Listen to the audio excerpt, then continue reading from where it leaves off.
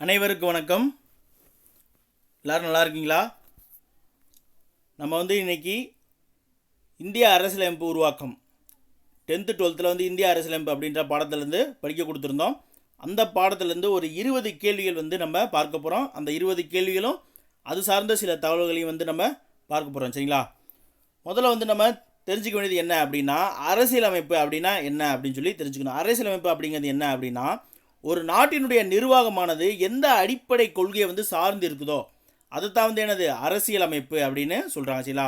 ஒரு நாட்டினுடைய நிர்வாகம் எந்த அடிப்படை கொள்கையை சார்ந்து இருக்கோ அதைத்தான் என்னது அரசியலமைப்பு அப்படின்னு சொல்கிறாங்க. அதே போல் அரசியலமைப்பு அப்படிங்கிற ஒரு எண்ணம், ஒரு தோற்றம், ஒரு கொள்கை எங்கே உருவாச்சு அப்படின்னா, United States of America, USA இருக்கு பார்த்தீங்களா, அமெரிக்காவில் தான் அரசியலமைப்பு அப்படிங்கிறது உருவாச்சு. அதை பார்த்து மற்ற நாடுகள்லாம் அவங்கவுங்களுக்கு தேவையான அரசியலமைப்பை அவங்களே எழுதிட்டாங்க.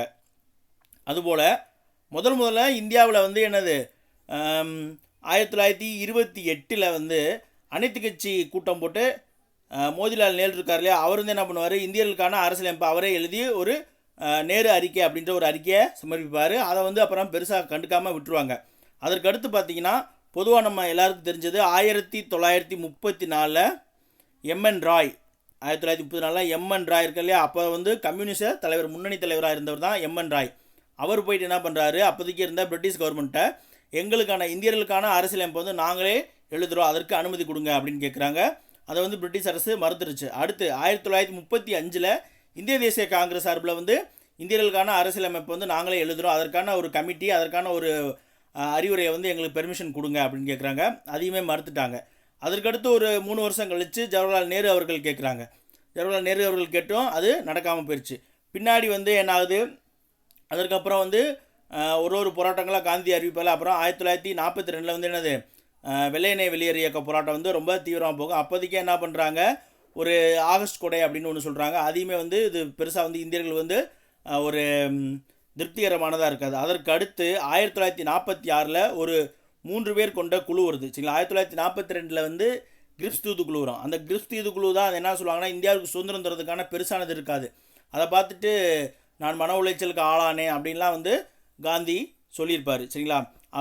நேரு சொல்லியிருப்பார், நான் மன உளைச்சலுக்கு ஆளானேன் அப்படின்னு சொல்லி நேரு சொல்லியிருப்பார். காந்தி கிரிப்ஸ் தூதுக்குழு அறிக்கையை என்ன சொல்லுவார் அப்படின்னா, திவாலாக போகின்ற வங்கியினுடைய பின் தேதியிட்ட காசோலை அப்படின்னு சொல்லுவார். அதாவது பேங்கே மூட போகிறாங்க, நீ என்னது போஸ்ட் பெய்டு டேட்டா போட்டு, அதாவது பின்னால் வரக்கூடிய ஒரு தேதியை போட்டு எனக்கு செக் தரியா அப்படின்னு சொல்லி அதை சொல்லியிருப்பார். அதையுமே ஏற்றுக்கொள்ள மாட்டாங்க. அதற்கப்புறம் இந்த கிரிப்ஸ் போகிறாங்க இல்லையா, கிரிப்ஸ் போயிட்டு அவங்க ஒரு 3 பேராக வருவாங்க. சரிங்களா? என்னது அமைச்சரவை தூதுக்குழு அப்படின்ற பேரில் ஒரு 3 பேர் கொண்ட குழு வரும். அதில் இந்த கிரிப்ஸுமே வருவார், ஸ்டாப்போல் கிரிப்ஸ் அப்படிங்கிற வருவார். அடுத்து பெத்திக் லாரன்ஸு, ஏவி அலெக்சாண்டர், இவங்க 3 பேர் கொண்ட ஒரு அமைச்சரவை தூதுக்குழு வரும். அதை கேபினட் தூதுக்குழு அப்படின்னு சொல்லுவாங்க. அந்த தூதுக்குழு தான் என்ன சொல்லுவாங்கன்னா, சரி நீங்கள் இந்தியாவிற்கான அரசியலமைப்பு சாசனத்தை இந்தியர்களே எழுதுறதுக்கான ஒரு அரசியலமைப்பு நிர்ணய சபையை உருவாக்குவதற்கான அறிவுரைகளை வழங்கும். என்ன அப்படின்னா, ஏற்கனவே எலெக்ஷன் 46 ஒரு தேர்தல் வச்சு அதில் தேர்ந்தெடுக்கப்பட்ட ஒவ்வொரு மாகாணத்தில் இருக்கக்கூடிய தேர்ந்தெடுக்கப்பட்ட சட்டமன்ற உறுப்பினர்களால் ஒரு பிரதிநிதியை தேர்ந்தெடுங்க. அதாவது எப்படின்னா, பகுதி தேர்ந்தெடுக்கப்பட்ட உறுப்பினர்கள் பகுதி நியமன உறுப்பினர்கள். எப்படி நியமன உறுப்பினர்கள் தேர்ந்தெடுக்கப்பட்டாங்க அப்படின்னு பார்த்தீங்கன்னா, அப்போதைக்கு கிட்டத்தட்ட இந்தியாவில் பிரிட்டிஷ் கண்ட்ரோலில் இருக்கக்கூடிய பகுதிகளும் இருந்துச்சு, அப்புறம் சுதேச அரசுடைய பகுதியில் இருந்துச்சு. இப்போ நம்ம திருவிதாங்கூர் சமஸ்தானம், மைசூர் சமஸ்தானம், அடுத்து பார்த்திங்கன்னா புதுக்கோட்டை அரசு, இதெல்லாமே என்னது ஒரு சுதேச அரசுகளாக இருந்துச்சு. அதுபோல் இருந்ததுலேருந்து ஒரு 93 உறுப்பினர்கள், சரிங்களா, 93 உறுப்பினர்களை சுதேச அரசுகள் ஒரு நியமன உறுப்பினர்களாக தேர்ந்தெடுத்து கொடுத்தாங்க. அடுத்து ஒவ்வொரு மாகாணத்திலிருந்து கிட்டத்தட்ட சுதேச அரசுகளையும் சரி மாகாணத்திலும் சரி 10 லட்சத்துக்கு ஒருவர் அப்படின்ற அடிப்படையில் தான் என்னது இந்த அரசியலமைப்பு நிர்ணய சபைக்கான உறுப்பினரை தேர்ந்தெடுத்தாங்க. அப்படியே மாகாண அளவில் பார்த்திங்கன்னா 292 பேர் தேர்ந்தெடுக்கப்பட்டு அனுப்புனாங்க. அதற்கடுத்து மாகாண முதன்மை ஆணையர்கள் சார்பில் அவங்க சார்பில் ஒரு 3 உறுப்பினர்கள் தேர்ந்தெடுக்கப்பட்டாங்க. பலுசிஸ்தான் சார்பில் ஒருத்தர் தேர்ந்தெடுக்கப்பட்டிருப்பாங்க. இவ்வாறு தேர்ந்தெடுக்கப்பட்டவங்களே கிட்டத்தட்ட ஒரு 15 பேர் பெண் உறுப்பினர்களாக இருப்பாங்க. இதில் மொத்தம் கிட்ட 389 உறுப்பினர்கள் வருவாங்க. இது எல்லாத்தையும் கூட்டி பார்த்தீங்கன்னா தெரியுது. சரிங்களா? இதில் ஒரு 73 பேர் இஸ்லாமிய உறுப்பினர் இருப்பாங்க, 15 பேர் மற்ற அனைத்து சீக்கு சமணம் போன்ற மற்ற சமயத்தை சார்ந்தவர்கள் இருப்பாங்க. மீதி இருக்கக்கூடியவங்க வந்து காங்கிரஸுடைய உறுப்பினர்களாக இருப்பாங்க. பெரும்பான்மையாக 200 சில்லற பேர் வந்து என்னது காங்கிரஸுடைய உறுப்பினர்களாக இருப்பாங்க. இந்த உறுப்பினர்கள் எல்லாம் சேர்ந்தது தான் வந்து என்னது அரசியலமைப்பு நிர்ணய சபை.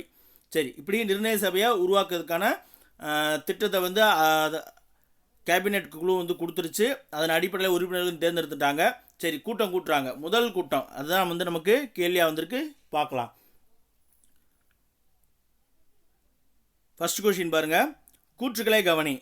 1. அரசியல் நிர்ணய சபையின் முதல் கூட்டம் 1946ஆம் ஆண்டு டிசம்பர் 9ஆம் நாள் வந்து நடைபெற்றது. 2. இந்த சபையின் தற்காலிக தலைவராக மூத்த உறுப்பினர் டாக்டர் சச்சிதானந்த சின்ஹா அவர்கள் தேர்ந்தெடுக்கப்பட்டார். 3. டாக்டர் ராஜேந்திர பிரசாத் துணைத் தலைவராக தேர்ந்தெடுக்கப்பட்டார். 4. இந்த கூட்டத்தொடர் 11 அமர்வுகளாக 166 நாட்கள் நடைபெற்றது. இதில் வந்து எந்த கூற்றுக்கள் வந்து சரி அப்படின்னு சொல்லி விடையளிங்க. அரசியலமைப்பு குழு வந்து உருவாயிருச்சு இல்லையா? அப்போ அரசியலமைப்பு குழுவுக்கு வந்து 2 பணிகள் இருந்துச்சு. ஒன்று வந்து இது இந்தியாவிற்கான அரசியலமைப்பு வந்து எழுதுறது ஒன்று. அப்போதைக்கு வந்து அவங்க ஆட்சி செய்தான் இடைக்கால அரசு. அப்போ அந்த இடைக்கால அரசுக்கான சட்டங்கள் இயற்றுறது, இது போன்ற பணிகள் இருந்துச்சு. அது மட்டும் இல்லாமல் இந்த அரசியலமைப்பு நிர்ணய சபையில் வந்து பல்வேறு குழுக்கள் இருந்துச்சு. சரிங்களா? சில முக்கியமான குழுக்கள் மட்டும் சொல்கிறேன். வரைவு குழு இருந்துச்சு, அதனுடைய தலைவர். வரைவு குழு தான் வந்து என்னது இந்திய அரசியலமைப்பை எழுதுனது. அதனுடைய தலைவராக வந்து டாக்டர் அம்பேத்கர் அவர்கள் இருந்தார். அதில் மொத்தம் 7 உறுப்பினர்கள், தலைவர் உட்பட 7 உறுப்பினர்கள் இருந்தாங்க. அதனால தான் வந்து டாக்டர் அம்பேத்கர் அவர்களை வந்து என்னது இந்திய அரசியலமைப்புடைய தந்தை அப்படின்னு சொல்கிறோம். அதற்கு அடுத்தா வந்து ஒன்றிய அரசியலமைப்பு சட்டக்குழு அப்படின்னு சொல்கிறாங்க. ஒன்றிய அரசியலமைப்பு சட்டக்குழுடைய தலைவராக வந்து ஜவஹர்லால் நேரு அவர்கள் செயல்பட்டார். அடுத்து பிராந்திய அரசியலமைப்பு சட்டக்குழு, இது வந்து டிஎன்பிசியில் கேட்டிருக்காங்க. பிராந்திய அரசியலமைப்பு சட்டக்குழுடைய தலைவர் வந்து வல்லபாய் பட்டேல். அடுத்து விதிமுறைகள் குழு, விதிமுறைகள் குழுடைய தலைவர் வந்து ராஜேந்திர பிரசாத். ஸ்டீரிங் கமிட்டி, அதனுடைய தலைவரும் வந்து ராஜேந்திர பிரசாத் அவர்கள். அடுத்து அடிப்படை உரிமை மற்றும் சிறுபான்மையினருக்கான ஒரு குழு அப்படின்னு சொல்லி ஒரு குழு அமைச்சிருந்தாங்க. அவர்களுக்கு தேவையான அந்த சம பங்கும் அனைத்துமே வந்து எல்லா மக்களையும் வந்து திருப்திப்படுத்தக்கூடியதாக தான் அரசியலமைப்பு இருக்கணும் இல்லையா? அதனால் அதற்காக ஒரு குழு வச்சுருந்தாங்க. அந்த குழுவினுடைய தலைவர் வந்து வல்லபாய் படேல் அவர்கள். அடுத்து ஒன்றிய அதிகார குழு அப்படின்னு சொல்லி ஒரு குழு இருந்துச்சு, பவர் கமிட்டி. அந்த பவர் கமிட்டியுடைய தலைவராக வந்து நேரு அவர்கள் வந்து செயல்பட்டாங்க. சரிங்களா? இப்போ இந்த கேள்விக்கான ஆன்சர் பார்த்துடலாமா?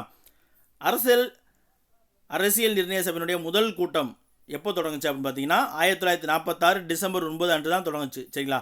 முதல் கூட்டத்தினுடைய அன்னைக்கு என்ன செஞ்சாங்க அப்படின்னு பார்த்தீங்கன்னா, முதல் கூட்டத்தில் வந்து தற்காலிக தலைவர் வந்து தேர்ந்தெடுக்கிறது தான் வந்து முதல் கூட்டத்தினுடைய நோக்கம். சரிங்களா? அப்போ கூற்று 1 வந்து சரி.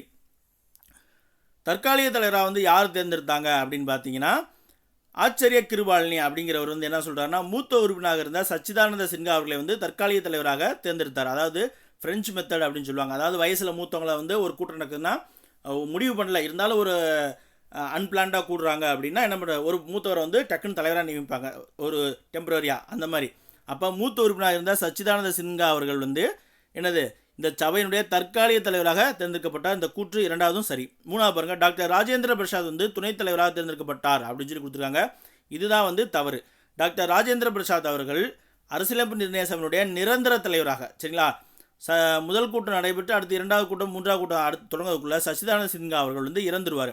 அதனால் 3வது கூட்டத்தில் எப்போ 11 டிசம்பர் 11 1946 அன்றைக்கு கூடிய அரசியல் நிர்ணய சபையுடைய கூட்டத்தில் டாக்டர் ராஜேந்திர பிரசாத் அவர்கள் வந்து நிரந்தர தலைவராக, துணைத் தலைவர் கிடையாது, நிரந்தர தலைவராக தேர்ந்தெடுக்கப்பட்டிருப்பார். அவர் தவிர 2 துணைத் தலைவர்கள் வந்து தேர்ந்தெடுக்கப்பட்டிருப்பாங்க. ஒன்று ஹச்சி முகர்ஜி, இன்னொன்று விடி கிருஷ்ணமாச்சாரி. இந்த 2 பேரை வந்து துணைத் தலைவராக தேர்ந்தெடுத்திருப்பாங்க. அப்போ 3வது கூற்று தவறு. இந்த அரசியலமைப்பு நிர்ணய சபையுடைய கூட்டத்தொடர் வந்து மொத்தம் 11 அமர்கள் 164 நாட்கள் வந்து நடைபெற்று, இது வந்து மிகச்சரி. சரிங்களா? இறுதியாக வந்து எப்போ கூட்டம் முடிஞ்சு அப்படின்னு பார்த்தீங்கன்னா 1949 நவம்பர் மாதம் 26ஆம் தேதி கூட்டம் முடிஞ்சிச்சு. சரிங்களா? அப்போ ஆப்ஷன் பி தான் சரியானது. 2வது கொஸ்டின் பார்க்கலாம்.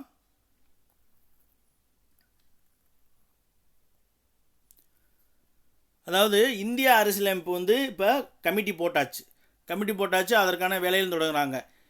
எப்போலேருந்து தொடங்கினாங்க அப்படின்னு பார்த்தீங்கன்னா, கிட்டத்தட்ட ஒரு சில தகவல் என்ன சொல்கிறாங்கன்னா, முதல் கூட்டம் நடைபெற்றுச்சுலேயே 1946 டிசம்பர் 9 வந்து அரசியலமைப்பு எழுதுறதுக்கான பணிகள் தொடங்கிட்டாங்க அப்படின்னு. ஆனால் சில இதில் பார்த்தீங்கன்னா, இந்த முதல் கூட்டம் நடைபெற்றுச்சுல, அந்த முதல் கூட்டத்தில் வந்து 389 உறுப்பினர்கள் இருந்தாங்களே, 389 உறுப்பினர்களும் கலந்து கொள்ளலை. கிட்டத்தட்ட வந்து ஒரு 211 உறுப்பினர்கள் தான் கலந்துக்கிட்டாங்க. ஏன் அப்படின்னா, பாகிஸ்தான் பிரிவினை ஏன்னா வந்து உறுப்பினர்கள் எல்லாமே இஸ்லாமிய உறுப்பினர் இருந்தாங்க. அவங்களாம் வந்து என்னது 1940லேருந்தே வந்து பாகிஸ்தான் பிரிவினை கேட்டுட்டு இருக்காங்க. அதனால் வந்து நடைபெற்ற முதல் கூட்டத்தில் வந்து இஸ்லாமிய உறுப்பினர்கள் வந்து கலந்து கொள்ளலை. அது மட்டும் இல்லாமல் சில சுதேச உறுப்பினர்களும் வந்து கலந்து கொள்ளாமல் அந்த 92 சுதேச உறுப்பினர் 93 சுதேச உறுப்பினர் இருக்காங்க இல்லையா, அவங்களுமே வந்து சுதேச நாட்டிலேருந்து தேர்ந்தெடுக்கப்பட்ட உறுப்பினர்களும் கலந்து கொள்ளலை. அதற்கப்புறம் வந்து இந்த கூட்டம் வந்து ஒன்றா நடைபெற்று வந்துக்கிட்டு இருக்கு. சரிங்களா? அதற்கப்புறம் ஒரு கமிட்டி போடுறாங்க. அந்த கமிட்டிலாம் சொல்லிட்டேன். அப்படி போடப்பட்ட ஒரு கமிட்டி தான் வந்து வரைவுக்குழு. அந்த வரைவுக்குழுவுக்கு தலைவரும் நம்ம ஏற்கனவே பார்த்துட்டோம், அம்பேத்கர். அந்த வரைவுக்குழு என்ன பண்ணுறாங்க அப்படின்னா, கிட்டத்தட்ட ஒரு 60 நாடுகளில் இருந்து அந்த 60 நாளுடைய அரசியலமைப்புலாம் படித்து உள்வாங்கி அதில் இருக்கக்கூடிய மூல ஆதாரங்களை எடுத்து இந்திய அரசியலமைப்பில் வந்து சேர்த்துருக்காங்க. சரிங்களா? கிட்டத்தட்ட இந்த இந்திய அரசியலமைப்பு எழுதி முடிக்கிறதுக்கு 2 வருஷம் 11 மாதம் 17 நாட்கள் வந்து ஆனது. சரிங்களா? 64 லட்ச ரூபா வந்து இதற்காக வந்து செலவு செஞ்சுருக்காங்க. இப்போ இந்திய அரசியலமைப்புடைய மூல ஆதாரங்கள் வந்து எங்கெங்கிருந்து எடுத்தாங்க அப்படின்னு சொல்லி நம்ம பார்க்கலாம். சரிங்களா? சட்டத்தின் ஆட்சி ஒற்றை குடியுரிமை எந்த நாட்டிலேருந்து எடுத்தாங்க, அரசின் வழிகாட்டு நெறிமுறைகள் வந்து எந்த நாட்டிலேருந்து எடுத்தாங்க, அடிப்படை உரிமைகள் வந்து எங்கேருந்து எடுத்தாங்க, அரசமைப்பு திருத்த முறை எங்கேருந்து எடுத்தாங்க அப்படின்னு சொல்லி பொருத்தி ஆன்சர் பண்ணுங்கள்.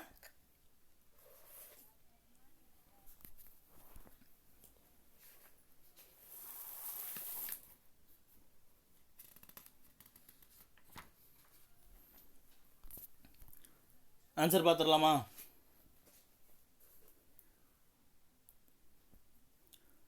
சட்டத்தின் ஆட்சி ஒற்றை குடியுரிமை இது வந்து பிரிட்டிஷ் இங்கிலாந்துலேருந்து தான் எடுத்திருப்பாங்க. சரிங்களா? பிரிட்டன்லேருந்து எடுத்திருப்பாங்க. அடுத்து அரசின் வழிகாட்டு நெறிமுறைகள் இது வந்து இந்திய அரசியலமைப்புடைய பகுதி 4 வந்து இடம்பெற்றிருக்கும். சரிங்களா?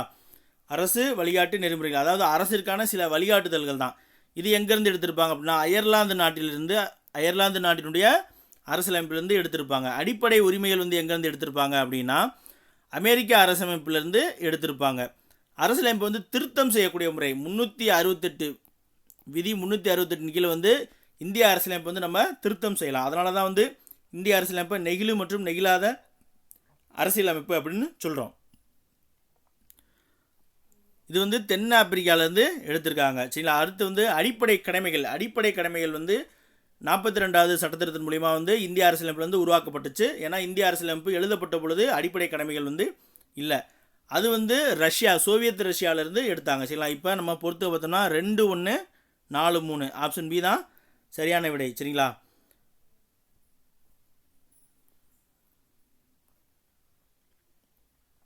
மூன்றாவது கேள்வி பாருங்கள். இந்திய அரசியலமைப்பு சட்டம் ஏற்றுக்கொள்ளப்பட்ட ஆண்டு கேட்டிருக்காங்க. ஆன்சர் பண்ணுங்கள். நம்ம பார்த்தோம் இல்லையா, இந்திய அரசியலமைப்பு எழுதுறதுக்கு 2 வருஷம் 11 மாதம் 17 நாட்கள் ஆகுது. அப்படி அது பண்ணும்போது திருத்தங்கள்லாம் ஏற்படும். சரிங்களா? கிட்டத்தட்ட 2473 திருத்தங்கள் வந்து சொன்னாங்க. அதில் கிட்டத்தட்ட 2000 திருத்தங்கள் வந்து ஏற்றுக்கொள்ளப்பட்டது. சரிங்களா? அதாவது எழுதுகிற அப்படியே ஏற்றுக்கொள்ள மாட்டாங்க, அதில் சில மாற்றங்கள் சொல்லுவாங்க இல்லையா, அப்படியே கிட்டத்தட்ட எத்தனை திருத்தங்கள் மேற்கொள்ளப்பட்டது அப்படின்னு பார்த்தீங்கன்னா, எத்தனை திருத்தங்கள் வந்து முன்வைக்கப்பட்டது அப்படின்னா 2473 திருத்தங்கள் வந்து முன் வச்சாங்க. அதில் வந்து 2000 திருத்தங்கள் வந்து மேற்கொள்ளப்பட்டது. சரிங்களா? இப்படி இந்திய அரசியலமைப்பு வந்து இறுதியாக வந்து எப்படி எழுதி முடிக்கப்பட்டு உருவாச்சுன்னா ஒரு முகவுரை. சரிங்களா? அப்புறம் 22 பாகம் 8 அட்டவணை, ஒரு முகவுரை 22 பாகம் 8 அட்டவணை 395 சரத்துக்கள், அதாவது விதிகள் 395 விதிகளை கொண்ட இந்திய அரசியலமைப்பு வந்து தயாராகி இருந்துச்சு. இந்த இந்திய அரசியலமைப்பு தயாரானதை வந்து எப்போது ஏற்றுக்கிட்டாங்க, இந்திய அரசியலமைப்பினுடைய நிர்ணய சபையினுடைய உறுப்பினர்கள் எல்லாரும் சேர்ந்து என்னைக்கு ஏற்றுக்கிட்டாங்க அப்படிங்கிறதான் கேள்வி. அது வந்து என்னைக்கு அப்படின்னா இறுதியானது நடைபெற்ற அந்த இறுதி கூட்டம் நடைபெற்ற நாளான 1949 நவம்பர் 26ஆம் நாள் தான் வந்து ஏற்றுக்கொண்டாங்க. சரிங்களா? ஆப்ஷன் ஏ வந்து நமக்கு தெரியும், முதல் நாள் வந்து பார்த்துருப்போம். ஆப்ஷன் சியில் கொடுத்துருக்காங்க பாருங்களே, 1947 ஜனவரி 22. இந்த 1947 ஜனவரி 22 பார்த்தீங்களா, இந்த நாள் வந்து ரொம்ப முக்கியமான. இந்த நாள் தான் வந்து இந்தியாவுடைய தேசிய கீதம் வந்து ஏற்றுக்கொள்ளப்பட்டது. சரிங்களா? தேசிய கீதம் கிடையாது. 1947 ஜனவரி 24 அன்னைக்கு தேசிய கீதம் வந்து ஏற்றுக்கொள்ளப்பட்டது. சரிங்களா? 1950 ஜனவரி 26 வந்து என்னது ஏற்றுக்கொள்ளப்பட்ட இந்திய அரசியலமைப்பு சட்டமானது நடைமுறைக்கு அமலுக்கு வந்தது என்னது 1950 ஜனவரி 26. அந்த நாளை தான் வந்து நம்ம குடியரசு தினமாக கொண்டாடுறோம். இந்த அரசியலமைப்பு ஏற்றுக்கொள்ளப்பட்ட 1949 நவம்பர் 26 வந்து நம்ம அரசியலமைப்பு தினமாக கொண்டாடி வருகிறோம். சரிங்களா? அடுத்து 4வது கொஸ்டின் போகலாம்.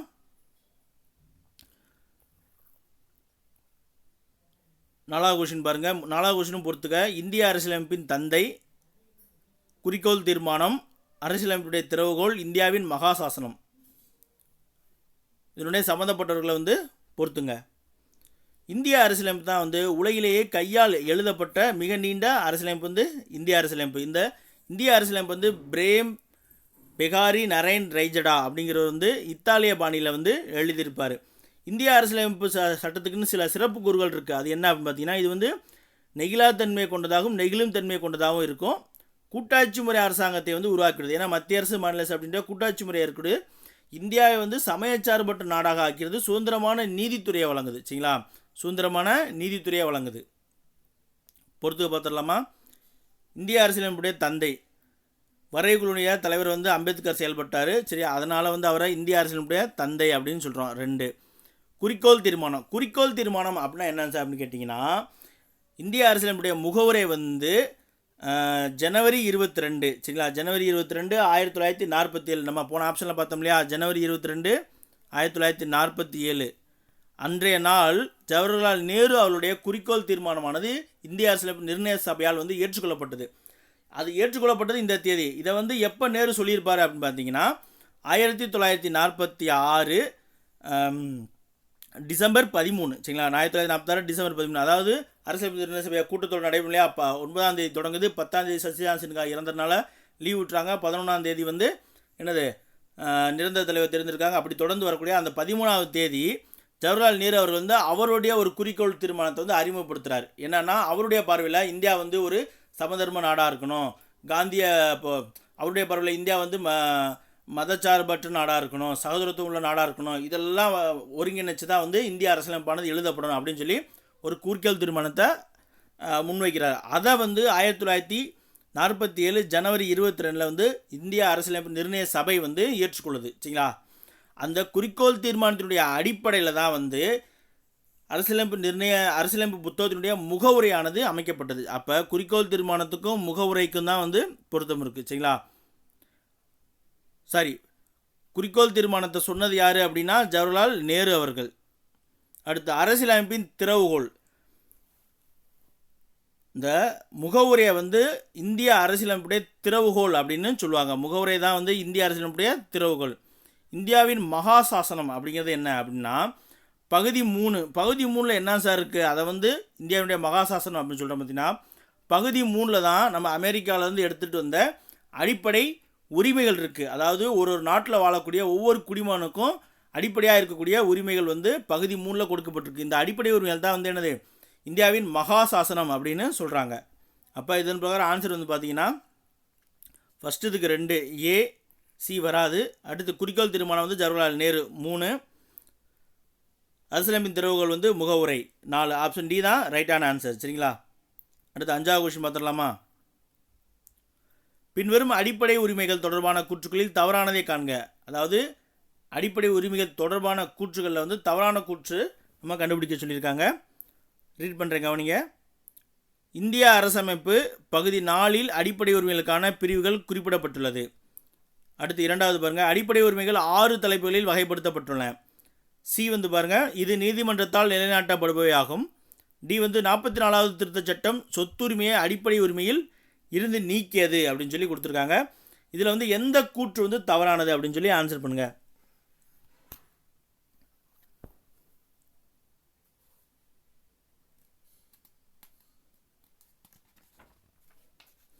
ஆன்சர் போயிடலாமா. இதற்கு சரியான விடை என்ன அப்படின்னு பார்த்தீங்கன்னா ஆப்ஷன் ஏ தான் சரியான விடை. சரிங்களா, அதாவது இந்திய அரசியலமைப்பு பகுதி 3 தான் அடிப்படை உரிமைகள் இருக்குதுன்னு நான் இப்போ தான் சொன்னேன்.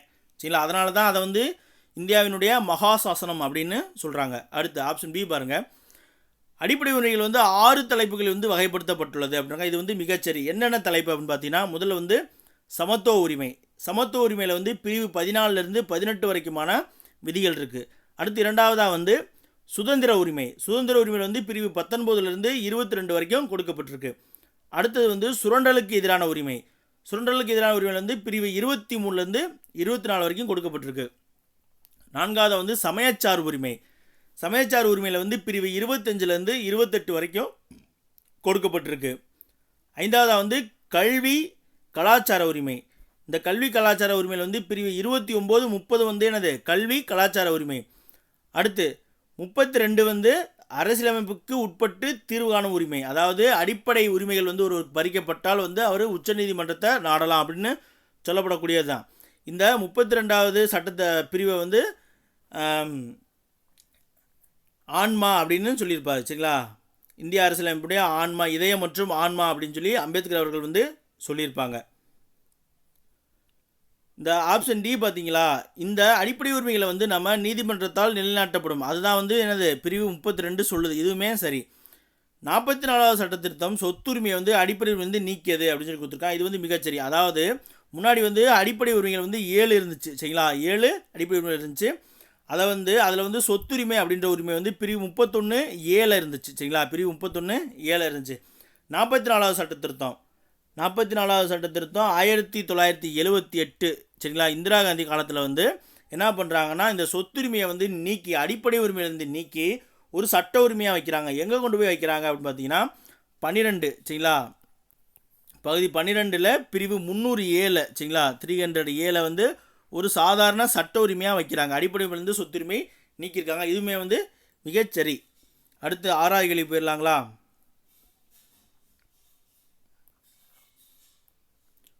கூற்று விளக்கமாக கேட்டிருக்காங்க. இந்திய அரசியலமைப்பு சட்டம் பகுதி 3 12 to 35 வரையில் உள்ள சட்டப்பிரிவுகள் அடிப்படை உரிமைகள் பற்றி கூறுகின்றன. அதற்கான விளக்கம் பாருங்க. அரசியலமைப்பை உருவாக்கியவர்கள் இந்த அடிப்படை உரிமைகளின் சோவியத் ரஷ்யாவின் அரசியலமைப்பில் உள்ள அடிப்படை உரிமைகளின் தாக்கத்தால் உருவாக்கினார்கள் அப்படின்னு சொல்லி கொடுத்துருக்காங்க. ஆன்சர் பண்ணுங்க. இதற்கு முன்னாடி தான் பார்த்தோம், இந்திய அரசியலமைப்பின் மூலங்கள் அப்படின்ற கேள்வியிலேருந்து நம்ம பார்த்துருப்போம். வேறு எந்தெந்த நாட்டிலேருந்து எடுத்திருப்பாங்க அப்படின்னு பார்த்தீங்கன்னா, பிரிட்டன் நாட்டிலேருந்து நாடாளுமன்ற செயல்முறைகள் இருக்குது பார்த்தீங்களா, அது வந்து பிரிட்டன்லேருந்து எடுத்திருப்பாங்க. நம்ம ஏற்கனவே என்ன பார்த்துருப்போம், ஒற்றை குடியுரிமை பார்த்துருப்போம், சட்டத்தின் ஆட்சி பார்த்துருப்போம். அதே போல் நாடாளுமன்ற அரசு அப்படிங்கிறதையுமே பிரிட்டன்லேருந்து தான் எடுத்திருப்பாங்க. அமெரிக்காவிலேருந்து என்னென்ன எடுத்திருப்பாங்க அப்படின்னு பார்த்தீங்கன்னா, அடிப்படை உரிமைகள் வந்து நமக்கு நல்லா தெரியும். அடுத்து வந்து நீதி சீராய்வு, குடியரசுத் தலைவர் மீதான பதவி நீக்க தீர்மானம், அப்புறம் உச்சநீதிமன்ற உயர்நீதிமன்ற நீதிபதிகள், குடியரசு துணைத் தலைவர் போன்றவை வந்து பதவி நீக்கம் செய்யக்கூடிய முறை. இந்த முறை எல்லாமே வந்து நம்ம அமெரிக்க அரசமைப்புலேருந்து எடுத்திருக்கோம். கனடாவிலேருந்து என்ன எடுத்திருக்கோம் அப்படின்னு பார்த்தீங்கன்னா, மத்திய அரசால் மாநில ஆளுநர் வந்து நியமனம். சரிங்களா, இது வந்து டிஎன்பிசியில் கேட்டிருக்காங்க. மத்திய அரசால் வந்து மாநில ஆளுநர் வந்து நியமனம் செய்யக்கூடியது வந்து கனடாவிலேருந்து எடுத்திருக்கோம். அது மட்டும் இல்லாமல் உச்சநீதிமன்றத்தினுடைய அறிவுரையினுடைய அதிகார வரம்பு வந்து கனடாவிலேருந்து தான் எடுத்திருக்கோம்.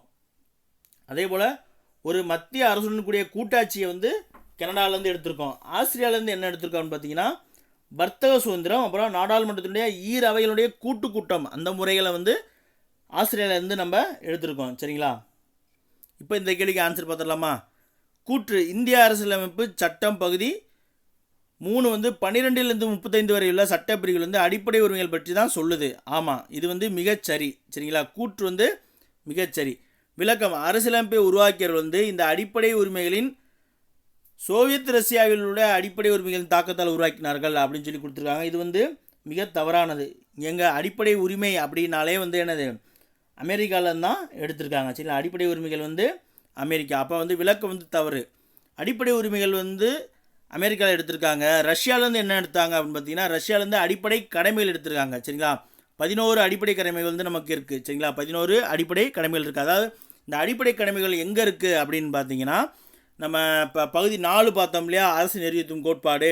அந்த அரசு நெறியுறுத்தும் கோட்பாடில் பகுதி 4(a) இருக்குது. சரிங்களா, கிட்டத்தட்ட 11 அடிப்படை கடமைகள் 51(a)லேருந்து தொடங்கும். சரிங்களா, பகுதி 4(a)ல் 51(a)லேருந்து O வரைக்கும் K வரைக்கும் போகும். சரிங்களா, அப்போ இதற்கான சரியான விடை கூற்று சரி, விளக்கம் தவறு. ஆப்ஷன் ஏ தான் சரியான விடை.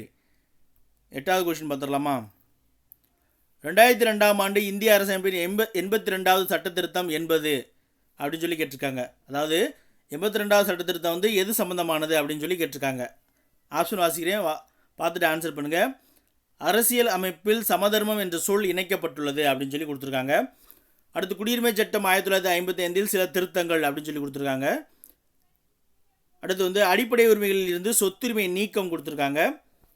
லாஸ்ட் ஒன் பாருங்கள், உறுப்பு 21(a)வில் 6 முதல் 14 வயதுக்கு உட்பட்ட சிறார்களுக்கு இலவச கட்டாய கல்வி இணைக்கப்பட்டது அப்படின்னு சொல்லி கொடுத்துருக்காங்க. இதில் வந்து 82வது சட்டத்திருத்தத்துடன் தொடர்புடையது எது அப்படின்னு சொல்லி ஆன்சர் பண்ணுங்கள்.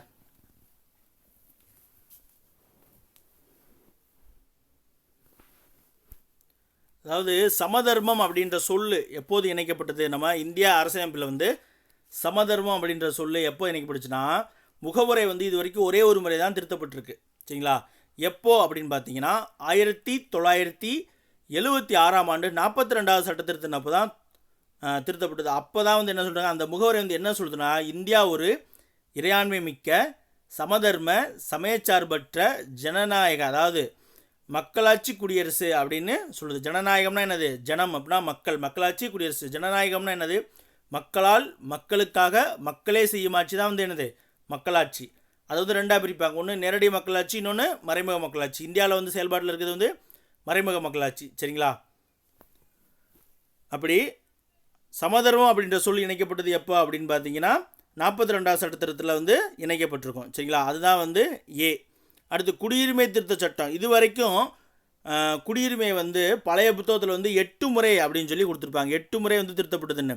2019ஆம் ஆண்டு இப்போ ஒரு ஆக்ட் வந்து சொல்லி போன முறை கூட கேட்டாங்க. அதாவது இந்து முஸ்லீம் அந்த பங்களாதேஷ் பாகிஸ்தான்லேருந்து வரக்கூடியவங்களுக்கு வந்து குடியுரிமை திருத்த சட்டம் பண்ணாங்க இல்லையா, அதன் அடிப்படையில் வந்து 9 முறை வந்து எனது குடியுரிமை திருத்த சட்டம் வந்து கொண்டு வரப்பட்டிருக்கு. சரிங்களா? இந்த குடியுரிமை சட்டம் வந்து எப்போது கொண்டு வரப்பட்டுச்சுன்னா 1955 தான் வந்துச்சு. இது வரைக்கும் 9 முறை வந்து திருத்தப்பட்டிருக்கு. அடுத்து அடிப்படை உரிமைகளிலிருந்து சொத்துரிமை நீக்க வந்து நம்ம இப்போ தான் கொஞ்ச நேரத்துக்கு முன்னாடி பார்த்தோம். சரிங்களா? இப்போ இது 3மே வந்து இதில் வராது. 2002ஆம் ஆண்டு, இப்போ இதிலேயே நம்ம ஆன்சர் பண்ணலாம். ஆப்ஷன் டி தான் சரியான விடை. 2002 வாஜ்பாய் அரசு இருக்கும் பொழுது 82வது சட்டத்திருத்தத்தில் வந்து என்ன பண்ணுறாங்கன்னா, உறுப்பு 21 இருக்குது பார்த்தீங்களா, அதாவது அடிப்படை உரிமை இருக்குது பார்த்தீங்கன்னா, அந்த அடிப்படை உரிமையில் 21A அப்படின்னு சொல்லி ஒன்று சேர்க்குறாங்க. சரிங்களா? இது என்ன பண்ணாங்கன்னா 6லேருந்து 14 வயதுக்கு உட்பட்ட அனைத்து குழந்தைகளுக்கும் இலவச கட்டாய கல்வி அப்படின்ற ஒரு கல்வியை வந்து நம்ம கொடுக்கணும் அப்படின்னு சொல்கிறாங்க. அதை வந்து 51K. சரிங்களா? அதாவது அடிப்படை கடமையில் 51K அப்படிங்கிறதுல கீழே வந்து என்ன பண்ணுறாங்கன்னா அடிப்படை கடமையாகவும் வைக்கிறாங்க. அதாவது அந்த குழந்தைகள் வந்து கல்வி கற்றுக்கணுங்கிறதுக்கு அவங்களுக்கு உரிமை இருக்குது. ஆனால் அது வந்து கடமையாக வந்து அவங்க பெற்றவங்களுக்கு வந்து இந்த குழந்தைகளுக்கு வந்து நம்ம கல்வியை கொடுக்கணும் அப்படின்ற கடமையாக வந்து வச்சுருக்காங்க. சரிங்களா? இது வந்து இதற்கு முன்னாடி பிரிவு 45 இருந்துச்சு. சரிங்களா? 45 இருந்து தான் மாற்றி என்ன பண்ணுறாங்க, 21A வந்து அடிப்படை உரிமையெல்லாம் வைக்கிறாங்க, 51K வந்து அடிப்படை கடமையாகவும் வைக்கிறாங்க. சரிங்களா? அடுத்து 8வது கொஸ்டின் போயிடலாமா? பொறுத்துக. அடிப்படை உரிமையிலேருந்து பொறுத்து சொல்லியிருக்காங்க. பிரிவு 14, 16, 21, 32 பொறுத்து ஆன்சர் சொல்லுங்கள்.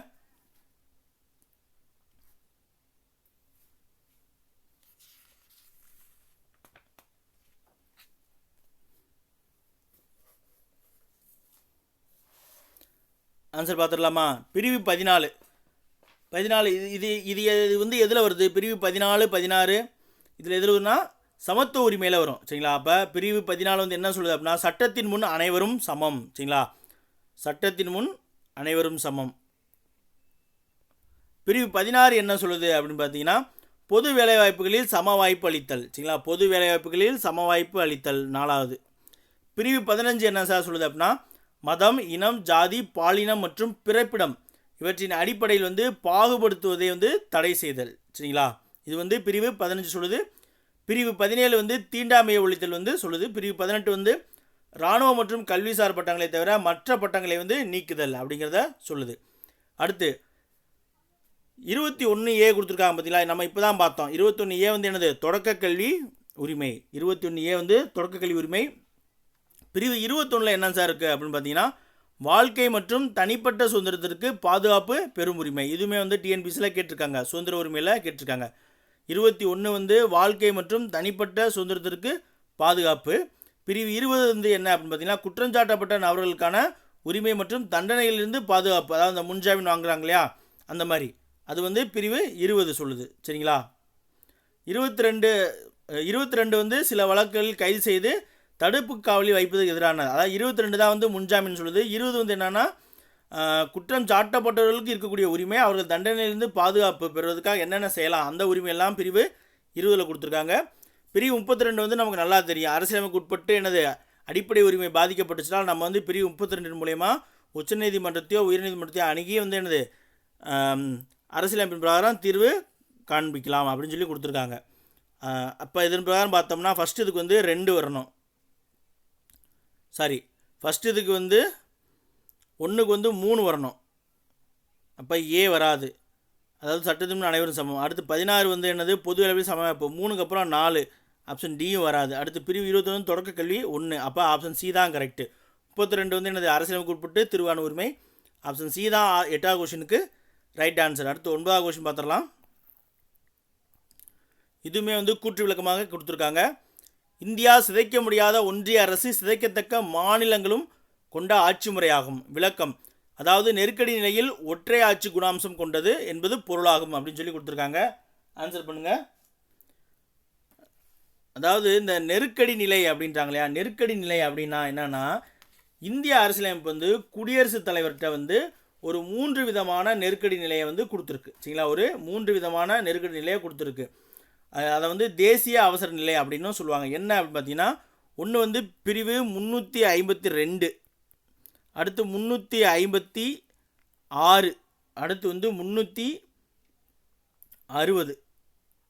பிரிவு 360. இந்த 352 என்ன அப்படின்னு பார்த்தீங்கன்னா, போர், வெளிநாட்டில் ஆக்கிரமிப்பு, அப்புறம் ஏதாவது நாட்டுக்குள்ளே கிளர்ச்சி இந்த மாதிரி ஏற்படும்போது குடியரசுத் தலைவர் வந்து என்னது, தேசிய அவசர நிலையை வந்து இந்த பிரிவின் கீழே வந்து அவர் அறிவிக்கலாம். அடுத்து மாநிலத்தில் வந்து 2 முறை, அதாவது மாநில அரசாங்கம் வந்து ஒன்றிய அரசுக்கு கட்டுப்படுத்த முடியாமல் இருக்கும் பொழுதோ, இல்லை அரசியலமைப்புக்கு விதிகளுக்கு ஏற்றமாறு அல்லாத செயல்களை செஞ்சாலோ, ஆளுநர் வந்து 356 கீழ் வந்து குடியரசுத் தலைவருக்கு வந்து ஒரு அறிக்கையை சமர்ப்பிப்பதன் மூலமாக வந்து என்னது, மாநிலத்தில் வந்து இந்த அவசர நிலையை வந்து கொண்டு வரலாம். சரிங்களா,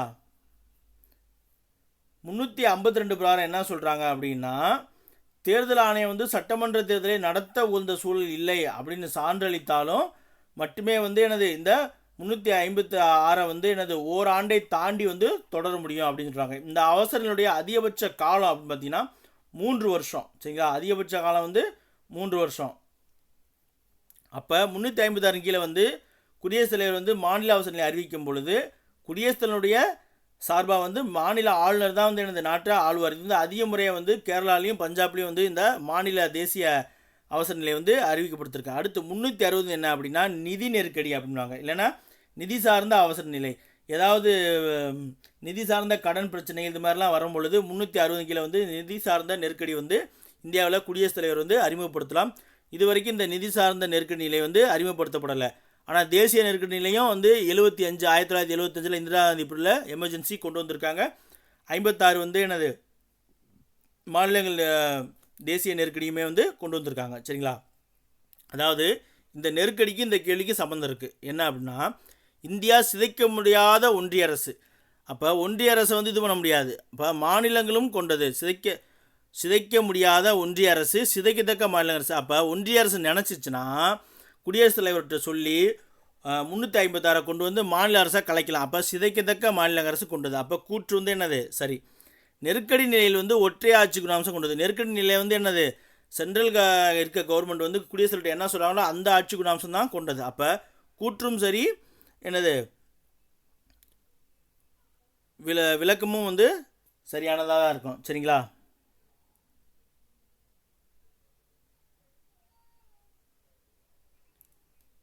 அதாவது கூற்றும் சரி, கூற்று வந்து இதற்கு சரியான விளக்கம் வந்து கூற்றுக்கான விளக்கமாக இருக்குது. இதில் எங்கே இருக்குது, ஆப்ஷன் சியில் தான் இருக்குது. சரிங்களா, 9க்கு வந்து ஆப்ஷன் சி தான் கரெக்ட். அதாவது என்னென்னா, மத்திய அரசு நினச்சுன்னா மாநில அரசு வந்து குடியரசுத் தலைவர் ஆணையின் மூலயமா நெருக்கடி நிலையை கொண்டு வந்து கலைக்க முடியும். அப்படி கலைக்கும் போது என்னது, நெருக்கடி நிலை, அப்படி நெருக்கடி நிலை இருக்கும் பொழுது என்னது, ஒற்றை ஆட்சி குணாம்சம் தான் கொண்டதாக இருக்கும். இரட்டை வந்து இருக்காது, கூட்டாட்சி இருக்காது இல்லையா அங்கே. ஏன்னா மாநில அரசு கலைஞ்சிருச்சு இல்லையா, அப்போ ஒற்றை ஆட்சி தானே இருக்கும். அப்போ அதுதான் விளக்கம் வந்து கூற்றை வந்து கூற்றிற்கான விளக்கமாக இருக்குது. அதே போல் கூற்று விளக்கம் ரெண்டுமே வந்து சரிதான். சரிங்களா, 10வது கொஸ்டின் பார்த்துடலாமா. வீடியோ கொஞ்சம் லென்த்தாக போகிற மாதிரி தான் இருக்கும், பட் உங்களுக்கு ரொம்ப யூஸ்ஃபுல்லாக இருக்கும். சரிங்களா, பின்வரும் அரசு நெறியுறுத்தும் கோட்பாடுகளில் சரியான கூற்றை காண்க. அரசு நெறியுறுத்தும் கோட்பாடு வந்து நம்ம பிரிவு 4 வந்து பார்த்துருக்கோம். சரிங்களா, இப்போ பார்ப்போம். 1 வந்து இவை அயர்லாந்து நாட்டின் அரசமைப்பிலிருந்து பெறப்பட்டவை. இது நமக்கு ஏற்கனவே தெரியும். இவற்றை நீதிமன்ற சட்டத்தால் செயல்படுத்த முடியும். 3வது வந்து அரசியலமைப்பின் புதுமையான சிறப்பம்சம் என டாக்டர் B.R. அம்பேத்கர் இதனை வந்து விவரிக்கிறார் அப்படின்னு சொல்லி கொடுத்துருக்காங்க. இதில் வந்து எந்த கூற்றுக்கள் வந்து சரி அப்படின்னு சொல்லி ஆன்சர் பண்ணுங்கள். அதாவது சரியான கூற்று.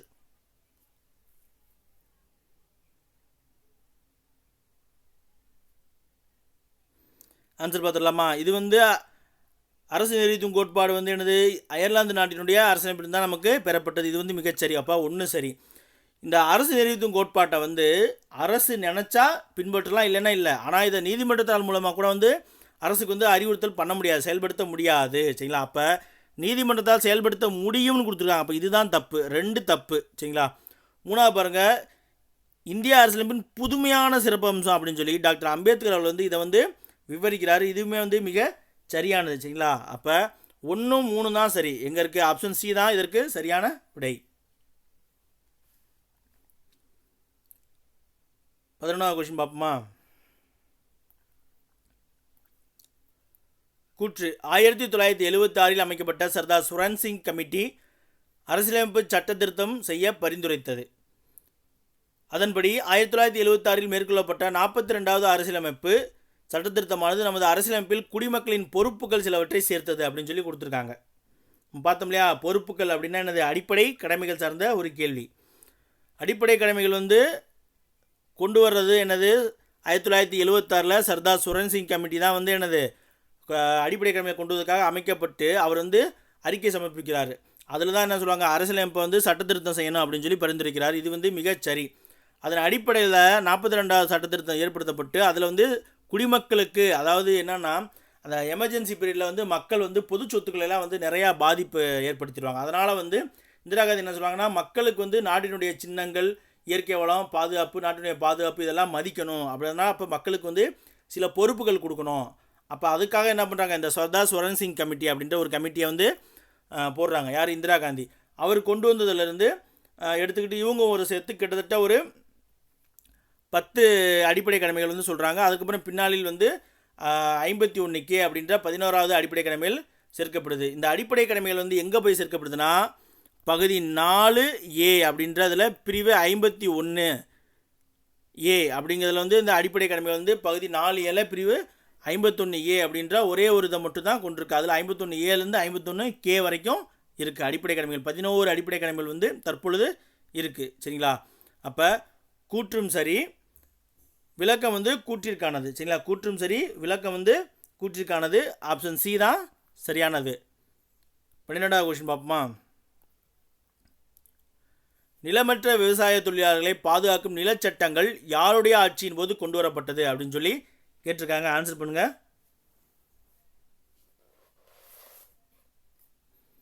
நிலமற்ற விவசாய தொழிலாளர்கள், அதாவது நிலமில்லாத விவசாய தொழிலாளர் இருப்பாங்க இல்லையா, அவங்கள பாதுகாக்கிறதுக்காக நிலச்சட்டங்கள் வந்து கொண்டு வந்தாங்க தமிழ்நாட்டில். இது வந்து கொஞ்சம் தமிழ்நாடு சார்ந்த கேள்வி.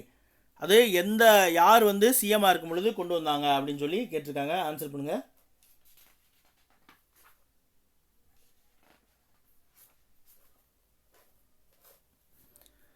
ராஜாஜி இருக்கார் இல்லையா, நம்ம குலக்கல்வி திட்டம் கொண்டு வந்தார் இல்லையா, ராஜாஜி அவர்களுடைய காலத்தில் தான் வந்து என்னது நிலமற்ற விவசாயிகளை பாதுகாக்கிறதுக்கான சட்டங்கள் வந்து கொண்டு வரப்பட்டது. இவர் வந்து 2 முறை வந்து தமிழ்நாட்டில் வந்து முதலமைச்சராக செயல்பட்டிருப்பார். சரிங்களா?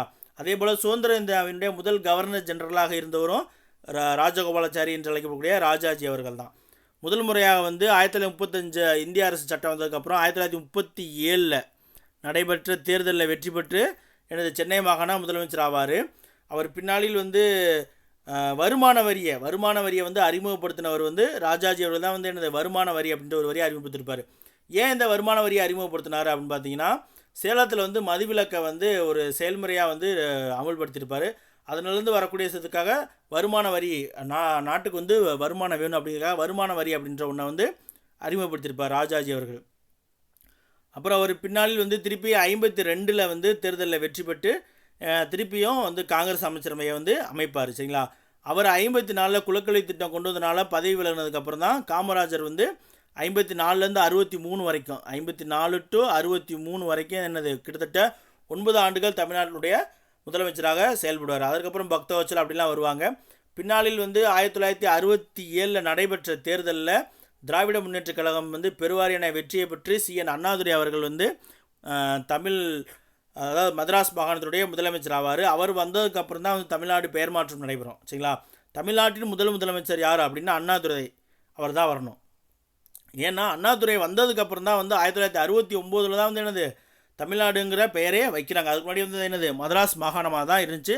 அடுத்து அண்ணாதுரை அவர்கள் 1969 இருந்ததுக்கப்புறம் கருணாநிதி அவர்கள் வந்து என்னது மதராஸ் மாநிலத்தினுடைய அதாவது தமிழ்நாட்டினுடைய முதலமைச்சராக ஆவார். சரிங்களா?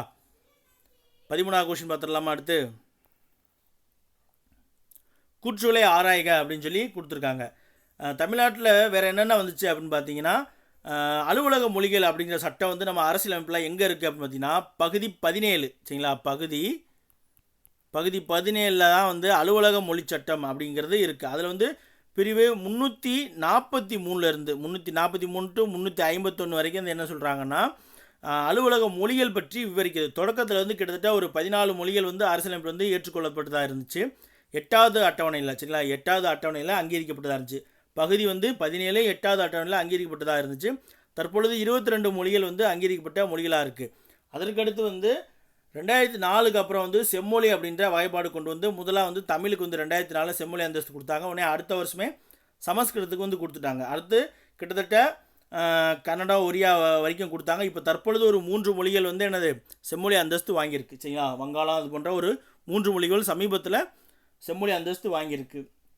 அடுத்து வந்து பார்த்தீங்கன்னா 2014 சமீபத்தில் 2014 என்ன நடக்குது அப்படின்னா, தமிழ்நாட்டில் வந்து நீதிமன்ற மொழியாக வந்து தமிழை பயன்படுத்துதல் அப்படின்ற ஒரு முறையை வந்து அறிமுகப்படுத்துகிறாங்க. சரிங்களா? 2014 இருந்து தான், அதாவது 2014 ஆகஸ்ட் 1 தமிழ்நாட்டில் நீதிமன்ற மொழியாக தமிழை பயன்படுத்தல் அப்படிங்கிறது கொண்டு வராங்க. அதே போல் 1835 வரைக்கும் சரிங்களா நீதிமன்ற மொழியாக 1835 வரைக்கும் நீதிமன்ற மற்றும் அலுவல் மொழியாக வந்து பாரசீக மொழி இருந்துச்சு. ஏன்னா அப்போ மொகல்ஸ் தானே ஆட்சி செஞ்சாங்க. அப்போ பாரசீக மொழி இருந்துச்சு. அதுக்கப்புறம் பிரிட்டிஷ் தான் என்ன பண்ணுறாங்க, 1835 ஆங்கிலத்தை வந்து எனது அலுவல் மொழியாக நீதிமன்ற மொழியாகவும் கொண்டு வராங்க. சரிங்களா? மொழி சார்ந்து சொன்னனால அப்படியே சொல்லிட்டேன். சரிங்களா? இந்த கேள்வி பார்ப்போம். 13வது கேள்வி பாருங்கள். இந்திய அரசியலமைப்பின் 7வது அட்டவணை குடியுரிமை சட்டம் குடியுரிமை பெறுதல் மற்றும் குடியுரிமை இழத்தல் ஆகியன பற்றி விளக்குகிறது அப்படின்னு சொல்லி கொடுத்துருக்காங்க. அடுத்து இந்திய அரசியலமைப்பின் 8வது அட்டவணை வந்து குடிமக்களுடைய கடமைகள் பற்றி பட்டியலிடுது அப்படின்னு சொல்லி கொடுத்துருக்காங்க. இதில் வந்து எந்த கூற்று சரி தவறு அப்படின்னு சொல்லி ஆன்சர் பண்ணுங்க.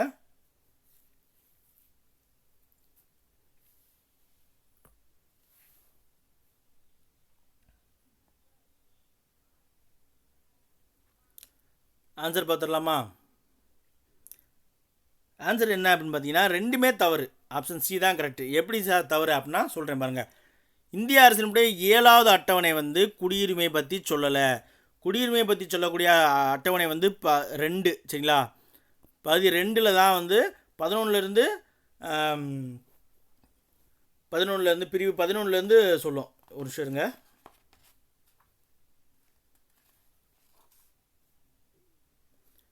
அதாவது பிரிவு 5லேருந்து 11 வரைக்கும். சரிங்களா? பகுதி 2 பிரிவு 5லேருந்து 11 வரைக்கும் இருக்கக்கூடியதான் வந்து என்னது குடியுரிமை நீக்குதல், குடியுரிமை வாங்குறது, இந்த மாதிரி வழிமுறையெல்லாம் சொல்லக்கூடியது. சரிங்களா?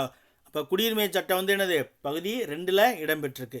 7வது அட்டவணையில் என்ன சார் இருக்குது அப்படின்னு பார்த்தீங்கன்னா, 7வது அட்டவணையில் அதாவது மத்திய மாநில அரசுகளுக்கு இடைப்பட்ட நிதி உறவுகள் வந்து கொடுக்கப்பட்டிருக்கு. 7வது அட்டவணையில் வந்து 268லேருந்து 293. சரிங்களா? 12th புக்கில் வந்து 94 அப்படின்னு சொல்லி கொடுத்துருப்பாங்க. 268லேருந்து 293 வரைக்கும் வந்து என்னது நிர்வாகம் சார்ந்த உறவுகள் கொடுத்துருப்பாங்க. அதை வந்து பெரிய நிர்வாக உறவுகள், அப்புறம் நிதி உறவுகள், சட்டமன்ற உறவுகள் அப்படின்னு சொல்லி பிரிப்பாங்க. சரிங்களா? ஒரு 3 பிரிவாக அந்த உறவுகளை வந்து சொல்லுவாங்க. அது வந்து இதில் பிரிவு 7ல் வந்து இடம்பெற்றிருக்கு. சரிங்களா? மத்திய அரசுக்கு மாநில அரசுக்கு இடையான அதிகார பகிர்வு அது வந்து தான் வந்து என்னது பகுதி 7ல் இடம்பெற்றிருக்கு. சரிங்களா? அடுத்து இந்திய அரசியலமைப்பின் 8வது அட்டவணை வந்து கடமைகள் பற்றின்னு சொல்லியிருக்காங்க. கடமைகள் வந்து நமக்கு பார்த்துட்டோம். இதில் பகுதி 4A வந்து இருக்குது, 51A இருக்குது அப்படின்னு சொல்லி பார்த்துருக்கோம். அப்போ இதுவுமே வந்து தவறு. அப்போ 8வது அட்டவணையில் என்ன சார் இருக்குது அப்படின்னு பார்த்தீங்கன்னா, 8வது அட்டவணை தான் இப்போ நம்ம பார்த்தோம் இல்லையா அங்கீகரிக்கப்பட்ட மொழி. சரிங்களா? அது வந்து 13ன்னு சொல்லிட்டேன், மன்னிச்சுக்கணும். 8வது அட்டவணை தான் வந்து அங்கீகரிக்கப்பட்ட மொழிகள் இருக்குது. சரிங்களா? அதற்காக தான் அந்த மொழி பற்றி சொல்லிட்டேன். அது 5 அப்படின்னு பார்க்கட்டியும் 13 அப்படின்னு போயிடுச்சு. சரி, 14வது கொஸ்டின் பார்த்துடலாங்களா? தவறான இணையை காண்க அப்படின்னு சொல்லி கொடுத்துருக்காங்க. தேசிய அவசர நிலை நம்ம இதை முன்னாடியே பார்த்துட்டோம், அதனால சீக்கிரம் பார்த்துட்டு போயிடலாம். மாநில அவசர நிலை, நிதி சார்ந்த அவசர நிலை, அப்புறம் குறு அரசியலமைப்பு. ஆன்சர் பண்ணுங்கள். இதில் வந்து தவறான இணை எது அப்படின்னு சொல்லி கேட்டிருக்காங்க.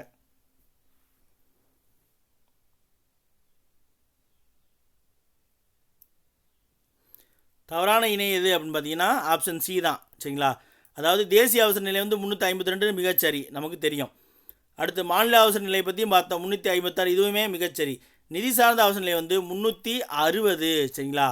அதே போல் குறு அரசியலமைப்பு வந்து 42வது சட்டத்திருத்தம், அதாவது 42வது சட்டத்திருத்தம் வந்து திருத்தம் பண்ணதுலேயே அதிகமான திருத்தங்கள் மேற்கொள்ளப்பட்டது. அதனால் வந்து இதை என்ன சொல்கிறாங்க, சிறு அரசியலமைப்பு இல்லைன்னா குறு அரசியலமைப்பு அப்படின்னு சொல்கிறாங்க. அடுத்து 15வது கொஸ்டின் பார்த்தலாமா. வாரிசு அடிப்படையில் கிராம நிர்வாக அலுவலரான கர்ணம் பதவி யாருடைய ஆட்சியின் போது நீக்கப்பட்டது அப்படின்னு சொல்லி கேட்டிருக்காங்க. அதாவது வருமான வரியில் சில மாற்றங்கள் வந்து தமிழ்நாடு அரசு பின்னாடி திராவிட கட்சிகள் வந்து ஆட்சிக்கு வந்ததுக்கப்புறம் பண்ணுறாங்க.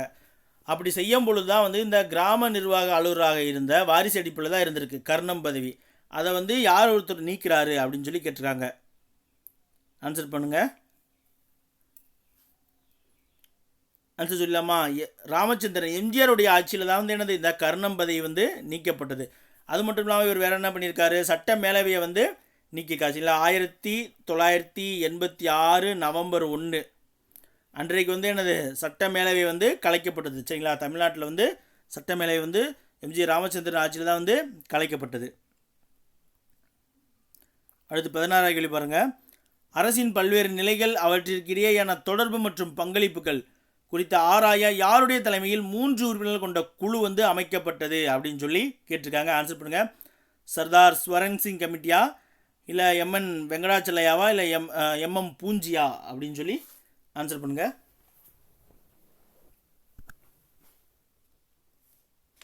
அதாவது அரசினுடைய பல்வேறு நிலைகள் அவற்றிற்கு இடையேயான தொடர்பு மற்றும் பங்களிப்பு 1969 அண்ணாதுரை அவர்கள் வந்து இறந்துருவார்.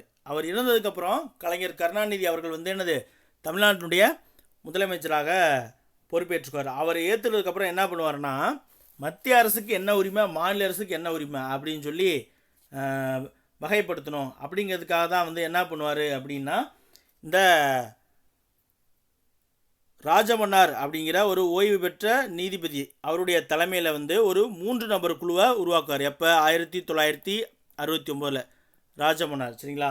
ராஜமன்னார் அப்படிங்கிற தலைமையில் தான் வந்து ஒரு 3 நபர் குழுவை வந்து தமிழ்நாடு அரசு உருவாக்கும். எதற்கு, அரசுடைய பல்வேறு நிலைகள் அப்புறம் அவற்றுக்கு இடையான தொடர்பு மற்றும் பங்களிப்புகளை வந்து ஆராய்வதற்காக, சரிங்களா.